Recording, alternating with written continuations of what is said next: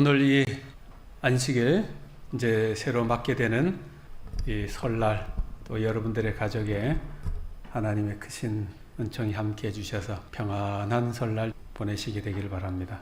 가족들이 주 안에서 행복한 시간들을 보냈으면 좋겠다 생각되어집니다. 오늘 저는 여러분들과 함께 돌탑은 왜 쌓을까 라고 하는 여호수아 4장에 있는 말씀을 함께 좀 연구 좀 하도록 하겠습니다. 여러분들도 산을 가면서 강가에서 돌이 많은 곳에 이런 돌탑을 쌓아본 적 있으십니까? 네. 돌탑은 왜 쌓으셨습니까? 심심해서 그냥 참 돌탑 쌓는 것도 재주가 있어야 돼요. 그죠? 네. 어떻게 하면 저렇게 쌓을까? 도대체 이렇게 많은 돌탑을 누구나 쌓았을까? 네. 오늘 성경에 돌탑을 쌓은 이야기가 나옵니다. 여호수아 4장에 있는 말씀이에요. 자, 우리 함께 이 말씀을 읽어보겠습니다. 그 모든 백성이 시작. 그 모든 백성이 요단을 건너가기를 마침에 여호와께서 말씀하여 이르시되 백성의 각 지파에 한 사람씩 12사람을 택하고 그들에게 명하여 이르기를 요단 가운데 제사장들의 발이 굳게 선 그곳에서 돌 12를 택하여 그것을 가져다가 오늘 밤 너희가 유숙할 그곳에 두게 하라 하시니라. 여호수아가 이스라엘 자손 중에서 각 지파에 한 사람씩 준비한 그 12사람을 불러 그들에게 이르되 요단 가운데로 들어가 너희 하나님 여호와의 궤 앞으로 가서 이스라엘 자손들의 지파 수대로 각기 돌 한 개씩 가져다가 어깨에 매라. 이것이 너희 중에 표징이 되리라. 후일에 너희의 자손들이 물어 이르되 이 돌들은 무슨 뜻이냐 하거든. 그들에게 이르기를 요단물이 여호와의 언약궤 앞에서 끊어졌나니 곧 언약궤가 요단을 건널 때에 요단물이 끊어졌으므로 이 돌들이 이스라엘 자손에게 영원히 기념이 되리라 하라 하니라. 오늘 7절까지 읽었지만 오늘 4장 전체에 대한 그러한 말씀의 내용입니다. 여러분들이 또 집에 가셔서 또 말씀을 들으면서 또 4장에 있는 말씀을 또 이렇게 묵상하시면서 들으면 좋겠다 생각되어집니다. 오늘 여호수아 4장에 있는 이 말씀을 보면서 궁금한 것 있는데, 이 돌을 쌓았다고 했는데 도대체 이 돌을 어디에다 쌓았을까? 또 돌을 쌓으라고 했는데 왜 돌을 쌓으라 하셨을까? 왜 돌을 세우라 하셨을까? 궁금한 거죠. 그 다음에 이 법궤를 맨 제사장이 강을 먼저 건너갔을까? 강물을 디뎠잖아요. 그죠? 법궤를 메고. 그래서 강을 먼저 건너갔을까? 그 다음에 200만 명의 이 이스라엘 백성들이 요단강을 건너는 시간은 도대체 얼마나 걸렸을까? 궁금하죠? 네. 한번 여러분들이 한번 생각하시면서 맞춰보세요. 자, 오늘 여호수아의 인도를 받은 이스라엘 백성은 하나님의 능력으로 요단강의 물이 저 꼭대기 사르단 가까운 아담읍 변방에 물이 쌓이고 아라비아 바다 여매로 흐르는 물은 완전히 끊어져서 이제 백성들은 언약궤를 맨 제사장들을 필두로 요단강을 다 건너가게 되었습니다. 하나님께서 이스라엘 백성이 요단강을 다 건너간 후에 여호수아에게 명하여 백성의 12지파에 한 명씩 12명을 차출하여 불렀습니다. 그리고는 요단강 바닥에 언약궤를 맨 제사장들의 발 옆에서 지파마다 돌을 다 취하여 그리고 그 돌을 요단강 건너편으로 가지고 나오게 하셨다고 하는 내용인 거죠. 돌을 쌓으라고 한 곳은 성경에는 한 곳이 나오는데 그러나 돌은 두 곳에 쌓은 것으로 보여집니다. 그 첫 번째가 여호수아가 요단강 바닥에다가 돌을 쌓았다는 내용입니다. 자, 4장 9절에 있는 말씀이에요. 우리 함께 읽어보겠습니다. 여호수아가 시작.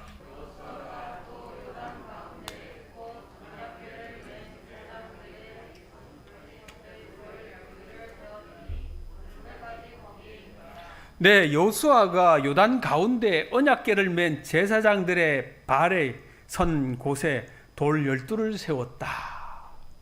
요단강에다가 뭘 세웠어요? 돌을 세운 거예요. 돌을 쌓은 거예요. 이제 강이 흐르면 저 돌은 어떻게 될까요? 안 보이게 되겠죠.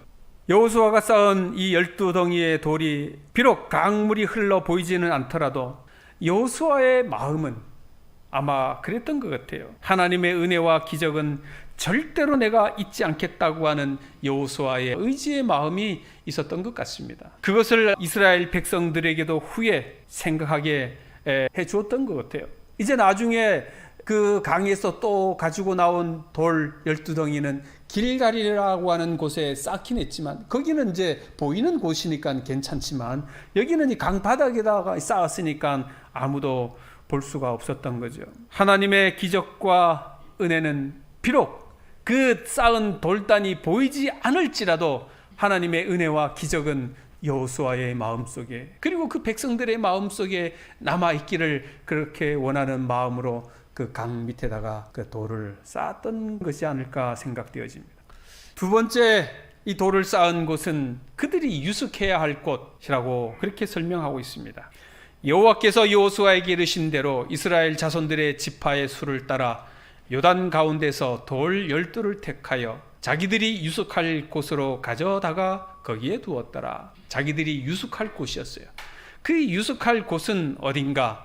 4장 20절은 이렇게 말하는데, 여호수아가 요단에서 가져온 그 12돌을 길갈에 세우고, 바로 길갈이라고 하는 그 동네에서 유숙하였기에 그 길갈에다가 12덩이의 돌을 쌓았다는 내용입니다. 그러니 이 기념비는 몇 곳에? 강바닥의 한 곳에, 길갈의 한 곳, 그렇게 두 곳에 이 돌을 쌓았다고 하는 내용입니다. 자, 오늘 이 여호수아와 그 백성들이 쌓은 그 돌덩이, 돌무덤, 기념비, 이것은 무엇을 의미하는가? 기적을 체험한 곳에 기념비를 세우라고 하는 그 첫 번째 의미가 있는 것입니다. 이스라엘 백성들은요, 40년이라고 하는 많은 세월 동안 그들은 하나님께서 베풀어 주신 많은 기적을 경험했지 않았습니까? 불기둥의 기적, 구름기둥의 기적, 홍해가 육지같이 갈라지는 기적, 반석이 터져서 나오는 생수가 나오는 기적, 이제 이 여호수아는 요단강이 갈라지는 기적들, 그 모든 기적들은 전적으로 하나님의 능력과 하나님의 보호하심으로 이루어진 기적들을 이스라엘 백성들이 체험을 했던 거죠. 그들은 어제나 오늘이나 영원토록 동일하신 것을 그 기적을 통하여 그들의 눈으로 체험했고, 그 기적을 보고 이스라엘 백성들이 그 기적을 체험한 곳에 하나님께서 기념비를 세우라, 그렇게 명하셨던 것 같습니다. 하나님께서는 이 여호수아를 크게 사용하셨어요. 모세보다 비록 못할지언정 하나님은 모세만큼 크게 하시도록 하셨습니다. 그래서 그 요단강의 기적을 통하여 하나님께서 말씀하시기를, 그날에 여호와께서 모든 이스라엘 목전에서 여호수아를 크게 하심에 그의 생존하는 날 동안 백성이 두려워하기를 모세를 두려워하던 것 같이 하였더라.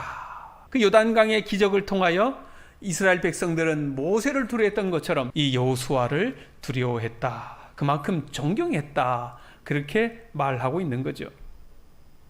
이것은 여호수아가 위대해서가 아니라, 모세가 위대해서가 아니라 하나님께서 그들을 통하여 쓰셔야 할 사람들이기에 하나님께서 그렇게 해주셨다고 하는 내용인 것입니다. 이와 마찬가지로 우리 하나님께서 여호수아를 통하여 들어 쓰실 때에 기적이 일어나는 것처럼, 또 그러한 기적을 보고 백성들이 두려워하고 그 지도자들을 잘 섬겼던 것처럼, 오늘 40년 전에 홍해를 가르던 그 하나님이 오늘 여러분과 저에게도 살아계셔서 역사하실 수 있다고 하는 것입니다. 그러한 기적의 하나님을 오늘 여러분과 저는 꼭 믿고 살아야 하는 것입니다. 우리 하나님은 이스라엘 백성들에게 요단강을 건너게 한 후 요단강 바닥에서 지파수대로 12덩이의 돌을 취하여 기념비를 분명히 세우라고 하셨어요.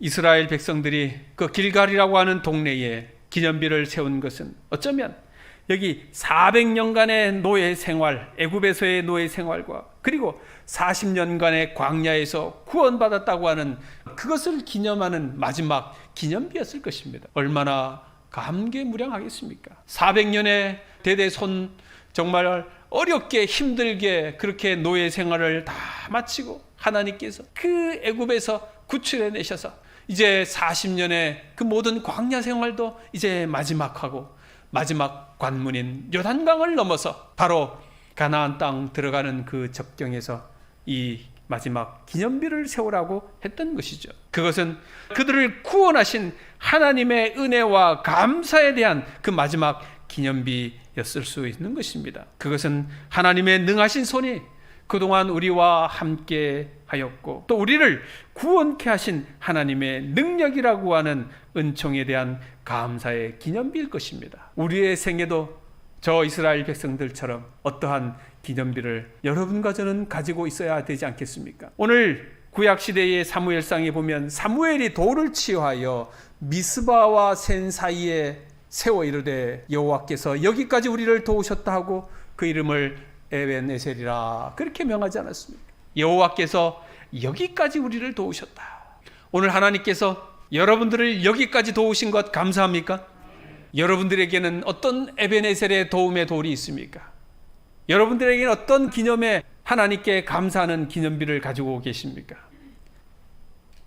야곱을 생각해 보시기 바랍니다. 야곱이 돌베개를 하고 고독하여 그 광야에서 누워 있을 때에 하나님이 그 야곱에게 나타나셔서 내가 너와 함께하리라 그렇게 말씀을 합니다. 그는 그 말씀을 듣고 벌떡 일어나서 자기가 베고 자던 그 돌을 세워 거기에 기름을 붓고 그 제단을 쌓아서 베델이라 그렇게 이름을 일컬었지 않습니까? 그 베델이란 하나님의 집이다 그런 뜻이죠.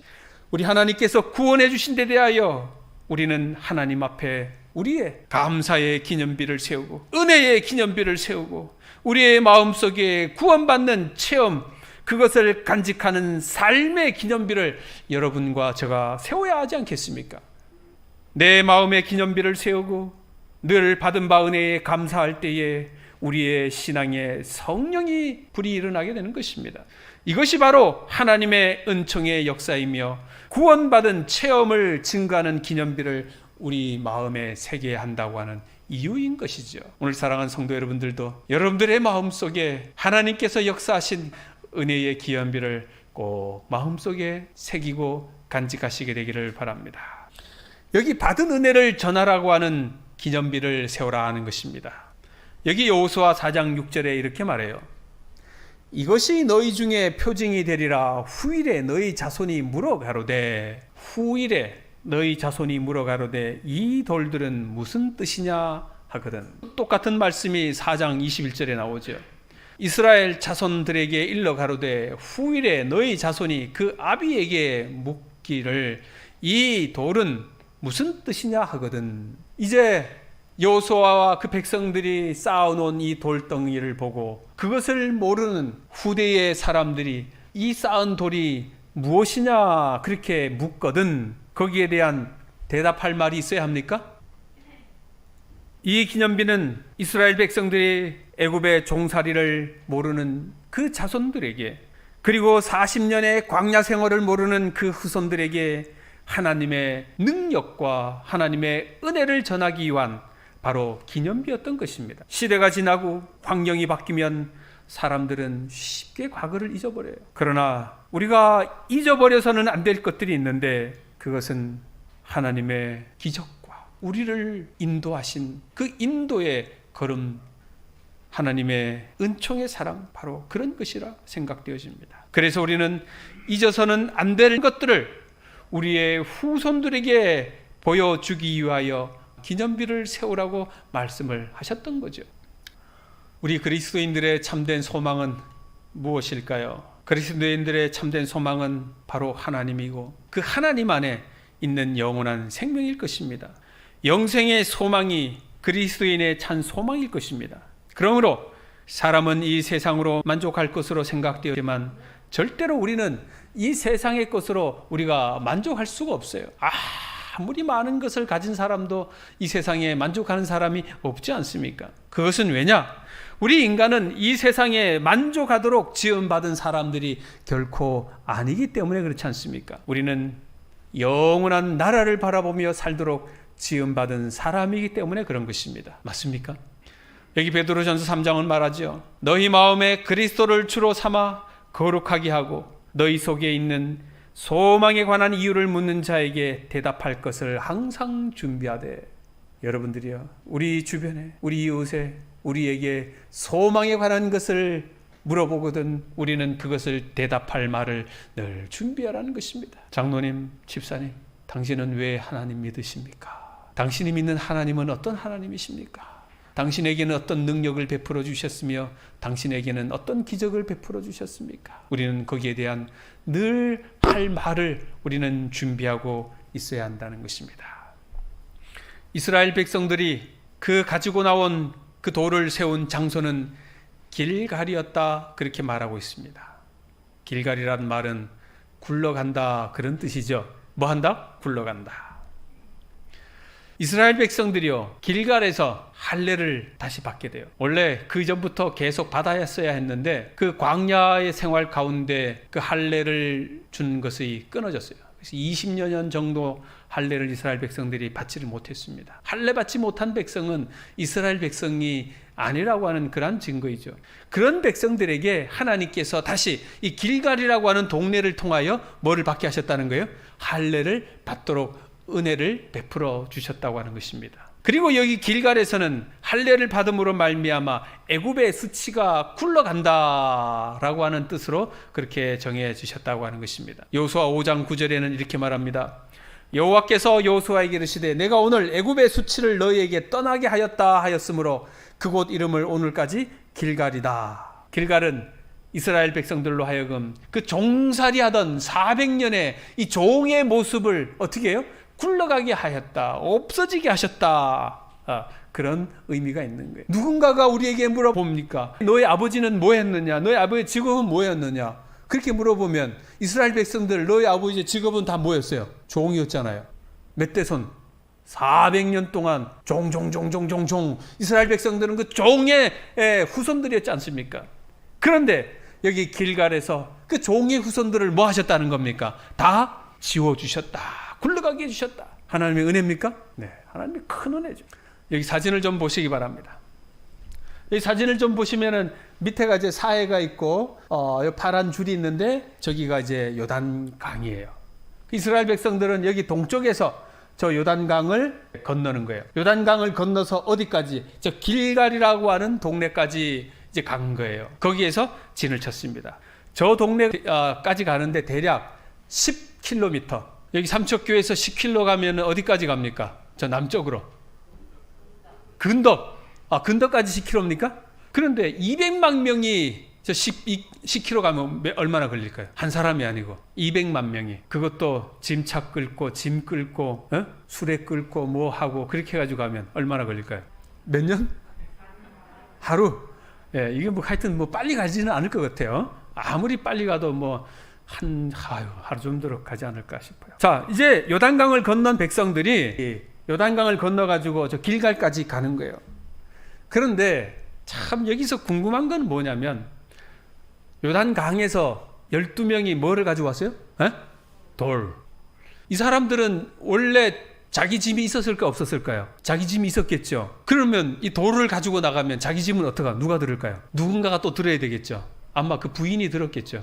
남편은 뭐 들고 가야 되니까? 이 돌 들고 가야 되니까. 그런데 이 돌을 몇 킬로를 들고 간다고요? 12kg. 김재호 장로님, 저 무거운 돌덩어리를 들고 이제 근덕까지 가면은 이제 몇 시간 걸리겠습니까? 이제 좀 상황이 달라지죠. 이제 상황이 달라지는 것입니다. 그런데 이스라엘 백성들이 무거운 돌덩어리를 들고 지금 길갈까지 가는 거예요. 궁금하지 않아요? 그 기념비 아무데나 세우면 어때? 그냥 강 나와가지고 그냥 옆에다가 세워놓으면 되지. 그걸 왜 길갈까지 가지고 가냐고. 그렇게 하실 분 안 계십니까? 여기에 세우나 저기에 세우나 그게 뭐 문제 있다고. 자, 한번 손 한번 들어보실래요? 아무 데 세워도 괜찮다. 하나님 명하신 길갈로 가져가야 된다. 여러분들 어디에 손 들으실래요? 명하시는 대로. 하나님 명하신 대로 하려니까 10kg를 돌덩어리를 들고 가야 되잖아요. 들고 가면서 무슨 생각합니까? 하나님, 이 돌덩어리, 거기에도 돌덩어리가 있을 건데 거기에 있는 거 돌 쌓으면 안 됩니까? 그죠? 근데 왜 굳이 이 바닥에 있는 이거를 들고 가야 됩니까? 깨끗하니까. 야, 그럼 이게 더 깨끗하면 그냥 강 옆에다 세우면 안 됩니까? 하나님, 왜 이렇게 무거운 돌을 저 길갈까지 들고 가야 합니까? 이렇게 또 불평하면 어떻게 합니까? 도로 돌아가야 되는 거죠. 그런데 보니까 여기 이스라엘 백성들은 아무도 불평했다고 하는 말이 없어요. 그 무거운 돌덩어리를 들고 길갈까지 10km를 다 간 거예요. 이 기념비를 세우기 위해서는 쉬운 일이 아니라고 하는 거죠. 그냥 아무 데나 쉽게 세울 수 있는 것은 결코 아니라고 하는 것입니다. 하나님의 은혜를 우리의 마음속에 새기는 데에 그냥 아무렇게나 새겨서는 안 된다고 하는 것입니다. 하나님의 은혜를 쉽게 잊어버리지 말라고, 어쩌면 하나님께서 10km 떨어진 길갈까지 들고 가라고 그렇게 명하셨을는지도 몰라요. 하여튼 주 목적은 하나님의 은혜를 뭐 하지 말아라? 잊지 말아라.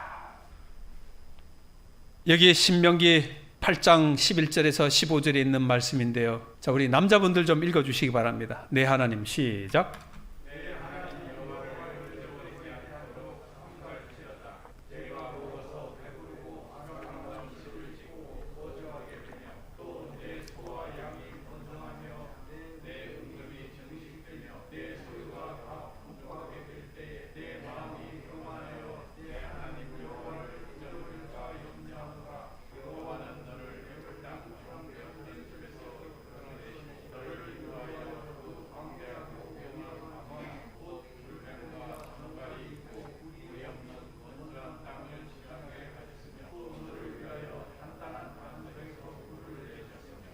감사합니다. 말씀해 보니까 하나님의 은혜를 뭐 하지 말아라? 잊지 말아라. 너가 잘 먹고 잘 살게 되면 뭐 할 것이다? 하나님의 은혜를 다 잊어버리게 될 것이다. 네가 종살이했던 그 어려웠던 그 힘들었던 그러한 것을 잊어버리게 될 것 같으니까 제발 잊어버리지 마라. 잊어버리지 마라. 네, 여자분들 좀 읽어보시기 바랍니다. 내 조상들은 시작.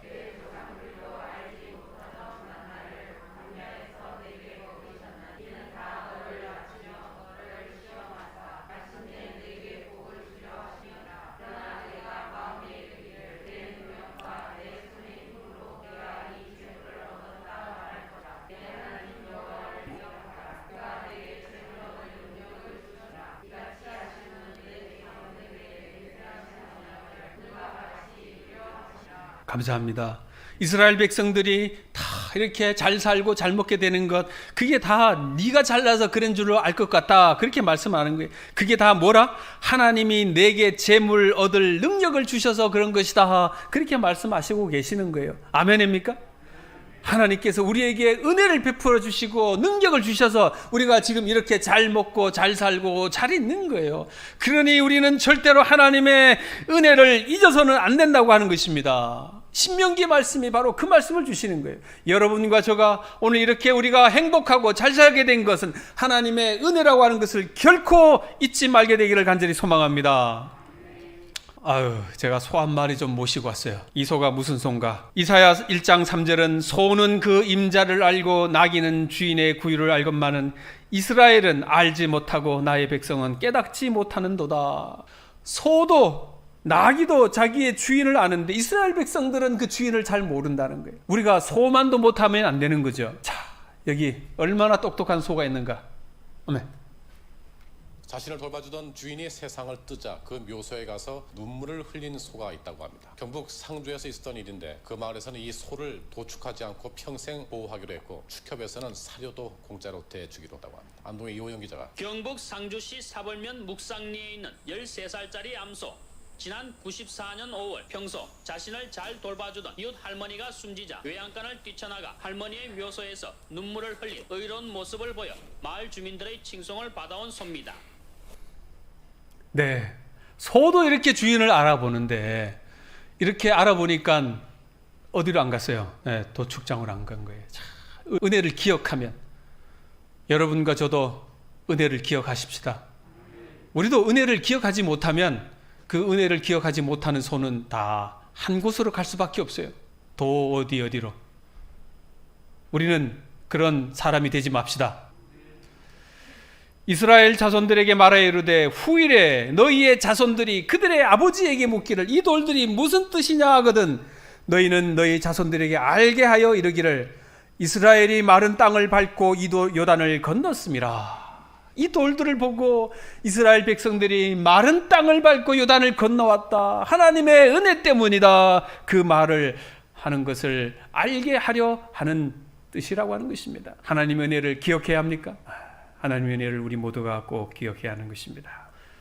제가 미국 워싱턴 DC를 방문할 기회가 있어가지고 방문했는데 한국 전쟁 참전 용사비가 있었어요. 그것을 보면서 얼마나 가슴이 뭉클하던지. 미국의 젊은 청년들이 한국의 평화를 위하여, 저 북한에서 공산당이 내려와서 이제 망해가니까 없어질 것 같으니까 이 한국을 돕기 위하여 미국의 병사가 몇 명이 왔는 거 아니? 178만 9천 명이 온 거예요. 몇 명? 178만 9천 명. 보병 7개 사단, 기병 1개 사단, 극동함대, 미 7함대 등 261척, 극동 공군 66개 대대. 그렇게 와가지고 36,940명이 전사했어요. 36,940명. 누구를 위하여? 누구를 위하여? 여기 미국이라고 하는 그 나라가 그때 1950년대 이 정말 세계에서 가장 못 살던 그 나라에 여기에 누가 가족이 있었을까요? 누가 있었을까요? 뭐 때문에 그랬을까요? 36,940명. 부상자가 92,134명, 실종이 3,737명, 포로가 4,439명. 그래서 거기 기념비에 보니까요 이렇게 적어 있어요. Freedom is not free. 자유는 거저 얻어지는 것이 아니다. 오늘 여러분과 제가 이렇게 자유를 누리고 살 수 있었던 것은 누구 때문이었습니까? 저 36,940명, 부상이 92,000명, 실종이 3,700명, 포로가 4,400명. 미군 참전자 수가 178만 9천 명이 와가지고 이 나라를 위해서 정말 죽음을 불사하고 싸워준 그것 때문에 오늘 여러분과 제가 지금 뭐를 누리고 있는 겁니까? 이 자유를 누리고 있지 않습니까? 감사한 일입니까? 얼마나 감사한지 몰라요. 그래서 작년 2021년 11월 11일 날 미국의 캘리포니아주 플랜턴 소재 힐스레스트 공원에 다시 여기 36,591명의 이름을 새겨진 기념비를 작년에 다시 또 캘리포니아주에 세웠다고 하는 내용을 들었습니다. 고마운 일이죠. 우리는 저 36,591명 중에 우리가 아는 사람 이름 있습니까? 단 한 명도 없습니다. 우리를 위해서, 이 나라를 위해서 목숨 바친 저 사람들이 이름 한 명 우리가 기억하지 못하잖아요. 그런데도 불구하고 우리가 지금 현재 우리가 스스로 잘 살고 있다고 그렇게 하고 있으니 얼마나 참 그렇게 합니까? 기념비를 세우는 분명한 목적이 있는 거예요. 여기 여호수아 4장 24절은 이렇게 말합니다.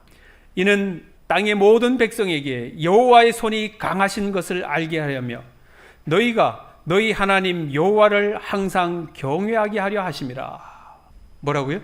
여호와 하나님을 항상 경외하는 거예요. 기념비를 세우는 그 자체가 누구 사람을 기념하고 사람을 그리기 위하여 그런 것이 아니라 하나님을 경외하기 위하여 그렇게 하라 그러는 것입니다. 이스라엘 백성들 그 후손들에게 이 돌이 무엇냐고 분명히 물을 때에 그들은 그렇게 대답을 해 주었을 것입니다. 그 분명한 목적은 그 후손들도 하나님을 경외하게끔 하였던 것입니다. 우리도 하나님께서 우리에게 베풀어 주신 놀라운 그러한 은혜와 기적들이 우리 자녀 후손들에게 뭐 하도록? 그들이 하나님을 경외하도록 하게끔 하는 것이 가장 큰 목표가 되어야 한다고 하는 것입니다. 나만 하나님 잘 믿고 나만 잘 살면 되는 것이 아니라 우리 자손 대대로 그들이 하나님을 잘 경외하도록 해야 하는 것이 우리의 목표라고 하는 것입니다. 그렇게 해주시겠습니까? 우리 하나님께서 우리에게 말씀하셔요. 기념비를 세우는 분명한 목적은 뭐냐?